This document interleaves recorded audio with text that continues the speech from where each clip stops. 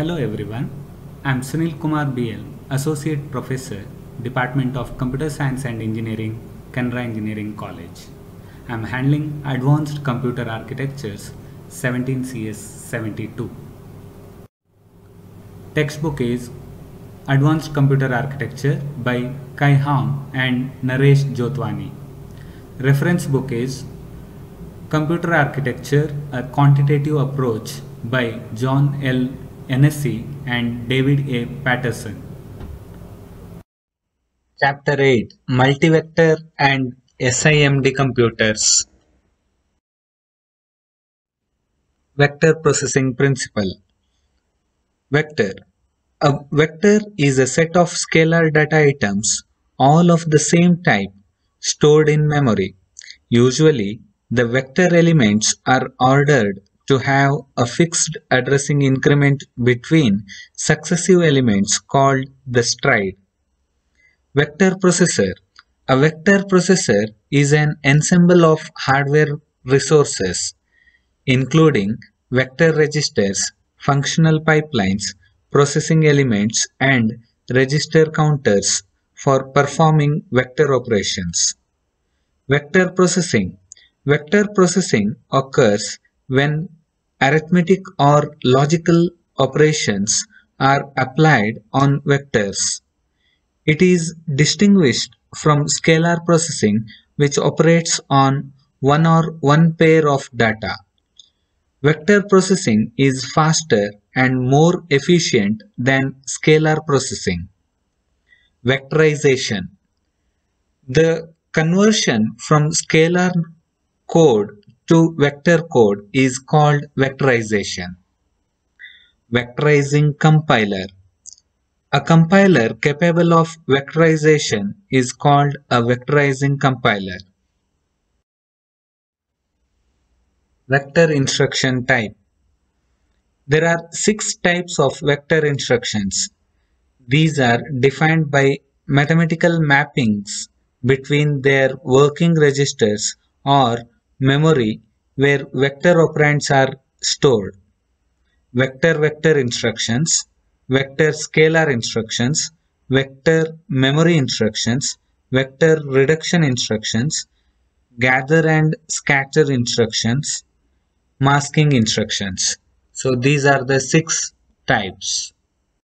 1. Vector-vector instructions. One or two vector operands are fetched from the respective vector registers, enter through a functional pipeline unit, and produce result in another vector register. F1 Vi to Vj. F2 Vi into Vj gives Vk. Example, V1 is equal to sine of V2. V3 is equal to V1 plus V2. Vector scalar instructions. Elements of vector register are multiplied by a scalar value. F3 gives S into Vi plus gives Vj. Example, V2 is equal to 6 plus Vi. Vector memory instructions. This corresponds to store load of vector registers and memory. F4 M gives V. F5 V gives M. Example, X is equal to V1 and V2 is equal to Y. Vector instruction types in Cray like computers is shown in the diagram. 4. Vector reduction instructions include maximum, minimum, sum, mean, value. F6 is given by Vi gives S. F7 Vi into Vj gives S. Gather and scatter instructions. Two instruction registers are used to gather or scatter vector elements randomly throughout the memory corresponding to the following mapping. F8 M gives Vi into Vj. that is gather. F9 Vi into Vj gives M, that is scatter. Gather is an operation that fetches from memory the non-zero elements of a sparse vector using indices. Scatter does the opposite, storing into memory a vector in a sparse vectors whose non-zero entries are indexed. Sixth one, masking instructions. The mask vector is used to compress or to expand a vector to a shorter or longer index vectors. F10 is given by Vi into Vn gives Vj. Gather, scatter and masking instructions are very useful in handling sparse vectors or sparse matrices often encountered in practical vector processing applications. Sparse matrices are those in which most of the entries are zeros. Advanced vector processors implement these instructions directly in hardware. Vector access memory schemes. The flow of vector operands between the main memory and vector registers is usually pipelined with multiple access paths. Vector operand specifications. Vector operands may have arbitrary length. Vector elements are not necessarily stored in contiguous memory locations. To access a vector a memory, one must specify its base, stride, and length. Since each vector register has fixed length, only a segment of vector can be located or can be loaded into a vector register. Vector operands should be stored in memory to allow pipelined and parallel access. Access itself should be pipelined. Three types of vector access memory organization schemes are: one, C-access memory organization; second one, S-access memory organization; third one, C bar S access memory organization. C-access memory organization. The M-way low-order memory structure allows M words to be accessed concurrently and overlapped. The access cycles in different memory modules are staggered. The low-order A bits select the modules and the high-order B bits select the word within each module, where M is equal to 2 power n and A plus B is equal to n is the address length.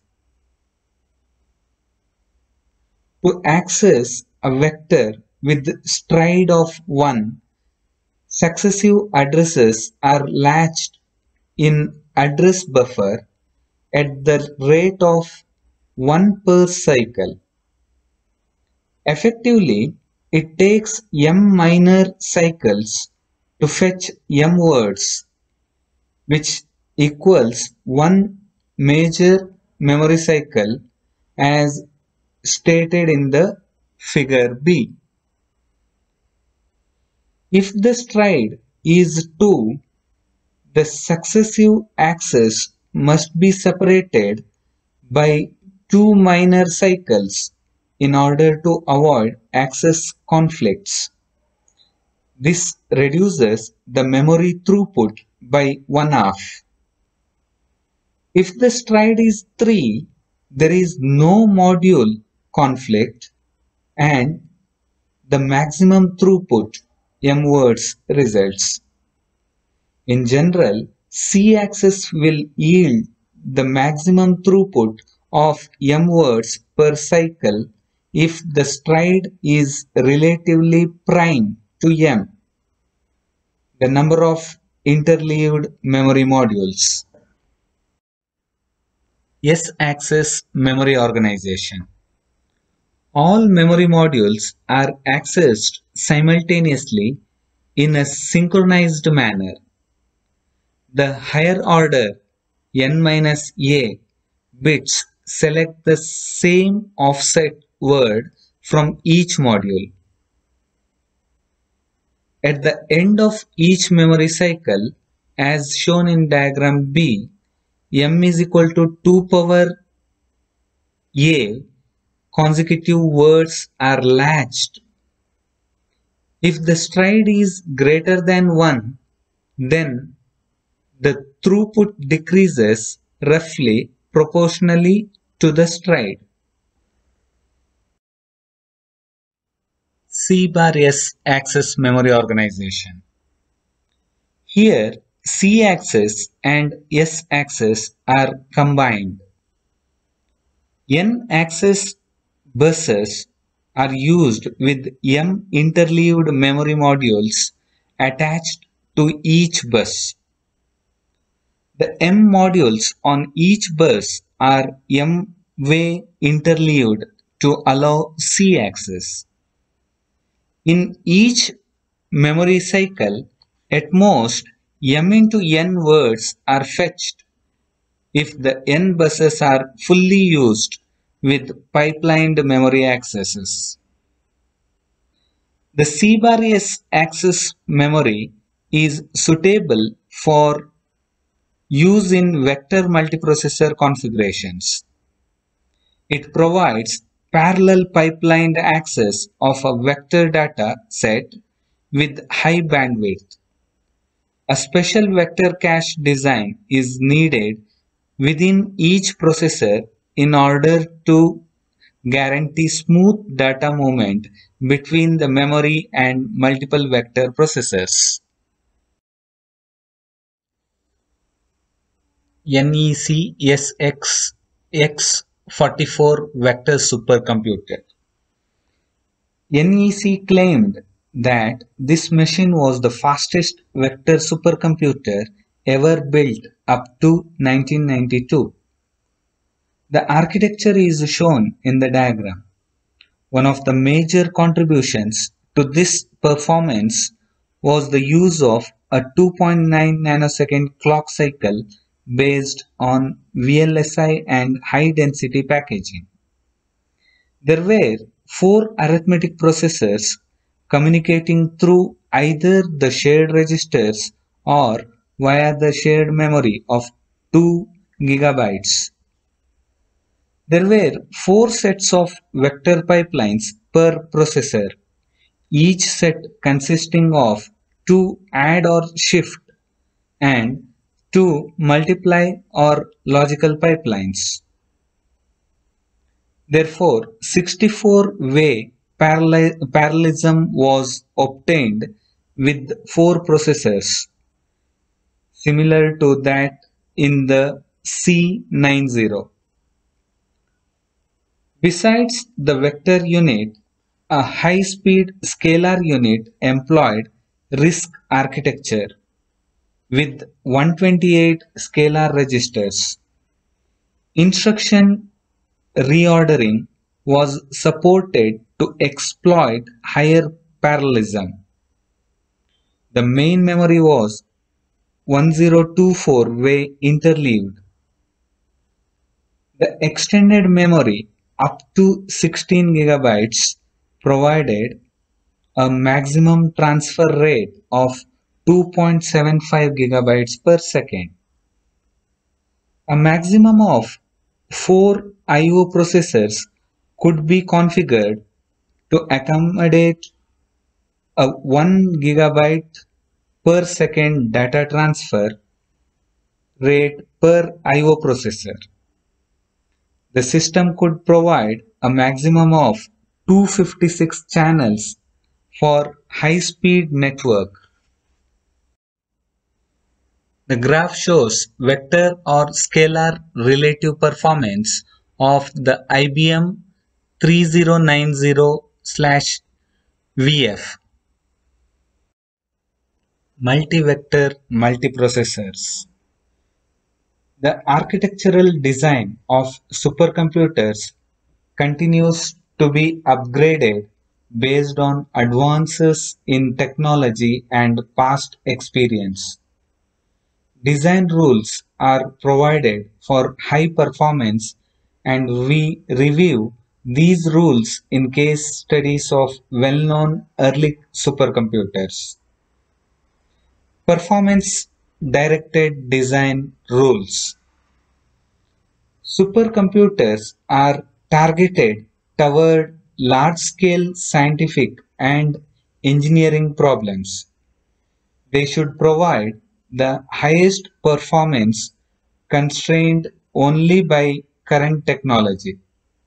In addition, they must be programmable and accessible in multi-user environment. Supercomputer architecture design rules are presented.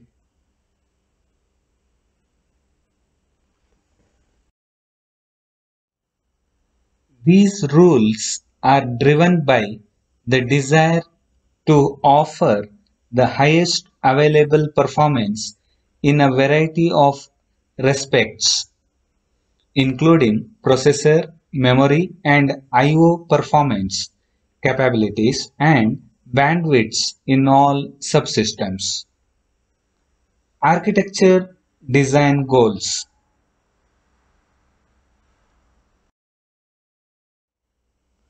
The four major challenges in the development of future general purpose supercomputers. 1. Maintaining a good vector scalar performance balance.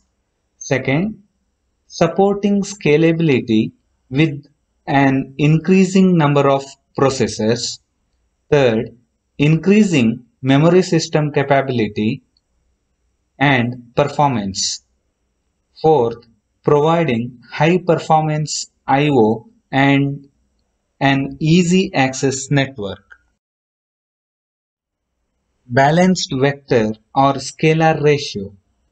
In a supercomputer, separate hardware resources with different speeds are dedicated to concurrent vector and scalar operations. Scalar processing is indispensable for general purpose architectures. Vector processing is needed for regularly structured parallelism in scientific and engineering computations. These two types of computations must be balanced. The vector balance point is defined as the percentage of vector code in a program required to achieve equal utilization of vector and scalar hardware. In other words, we expect equal time spent in vector and scalar hardware so that no resources will be idle. Vector or scalar performance. In figure A and B, the single processor vector performance and scalar performance as shown. The scalar performance of these supercomputers increases along the dashed lines in the figure.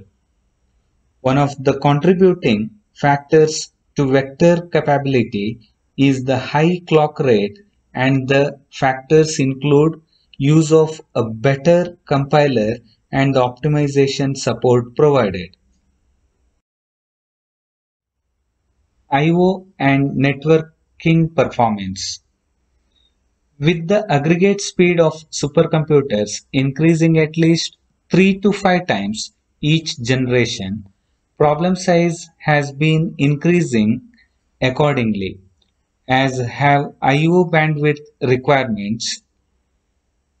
Figure C illustrates the aggregate I/O bandwidths supported by supercomputer systems of the period up to early 1990s. Memory demand. The main memory sizes and extended memory sizes of supercomputer of 1980s and early 1990s are shown in the diagram. A large-scale memory system must provide a low latency for scalar processing, a high bandwidth for vector and parallel processing, and large size for grand challenge problems and throughput. To achieve the above goals, an effective memory hierarchy is necessary. A typical hierarchy may consist of data files or disks, extended memory in dynamic RAMs, a fast shared memory in static RAMs, and a cache or local memory using RAM on arrays. Over the last 2 decades, with advances in VLSI technology, the processing power available on a chip has tended to double every 2 years or so.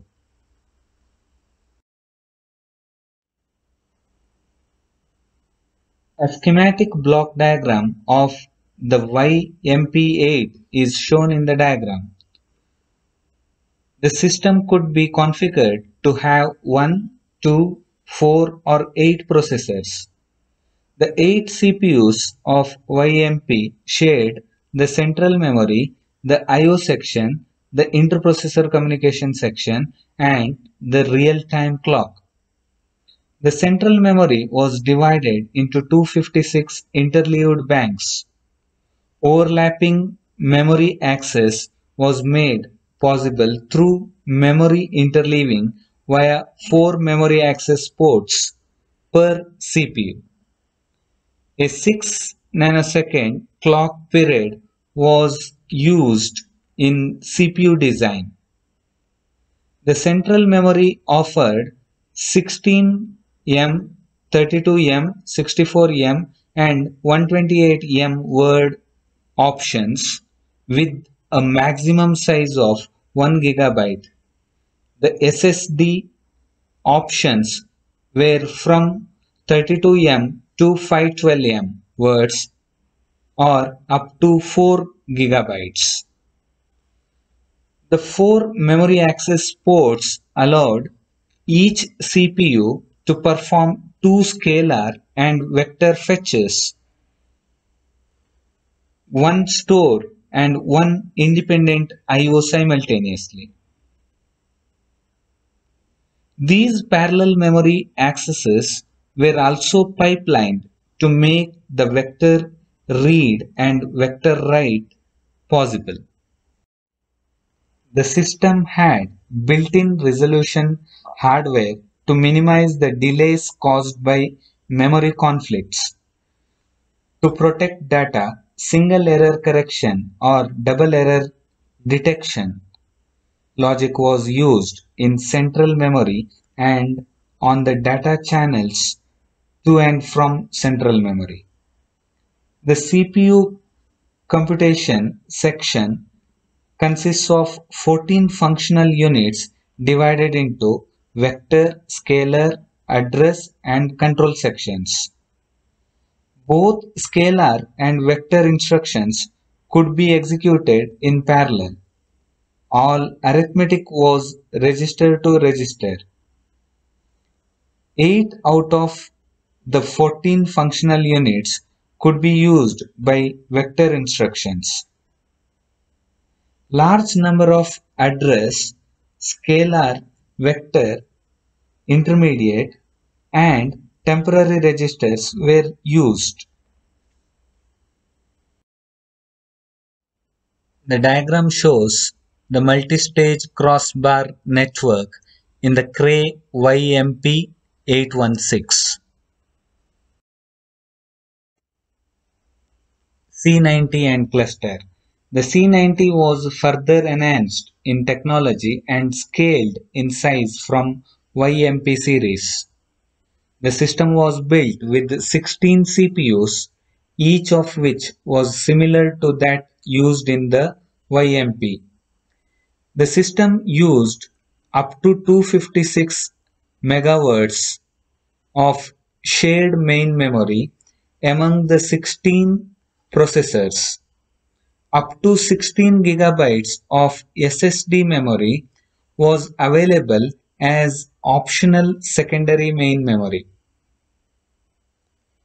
In each cycle, two vector pipes and two functional units could operate in parallel, producing four vector results per clock. This implied a four-way parallelism within each processor. Thus, 16 processors could deliver a maximum of 64 vector results per clock cycle. The C90 used the Unicos operating system. The C90 could be driven by a number of host machines. Vectorizing compilers were available for Fortran 77 and C on the system. The 64-way parallelism, coupled with a 4.2 nanosecond clock cycle, lead to a peak performance of 16 G-flops. The system had a maximum I/O bandwidth of 13.6 gigabytes per second. Cray/MPP system. The original Cray/MPP program was planned to have three phases as shown in the diagram. The T3D/MPP was attached to the Cray YMP as backend accelerator engine.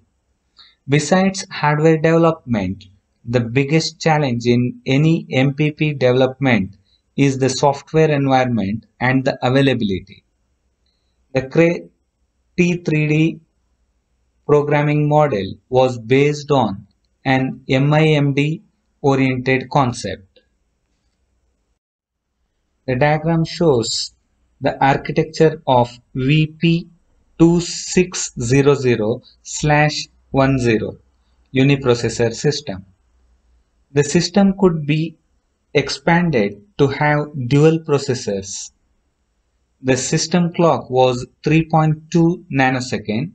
The main memory unit was of 1 or 2 gigabytes and system storage unit provided up to 32 gigabytes of extended memory. Each vector processing unit consists of two load or store pipelines, three functional pipelines, and two mask pipelines. Two scalar units could be attached to each vector unit, making a maximum of 4 scalar units in dual processor configuration. The maximum vector performance ranged from 0.5 to 5 gigaflops across 10 different models of the VP2000 series. The diagram shows reconfigurable vector register file in VP2000. VPP500. This was later supercomputer series called Vector Parallel Processor. The architecture of VPP500 was scalable from 7 to 222 PEs, offering a high parallel MIMD multi-vector system. The peak performance was targeted for 335 G-flops. Figure shows The architecture of VPP 500 used as a backend machine attached to a VP 2000 or VPX 200 host. DEC VAX 9000. Even though the VAX 9000 did not provide GPLOF performance, the design represented a typical mainframe approach to high-performance computing. The architecture is shown in the diagram. Multi-chip packaging technology was used to build the VAX 9000.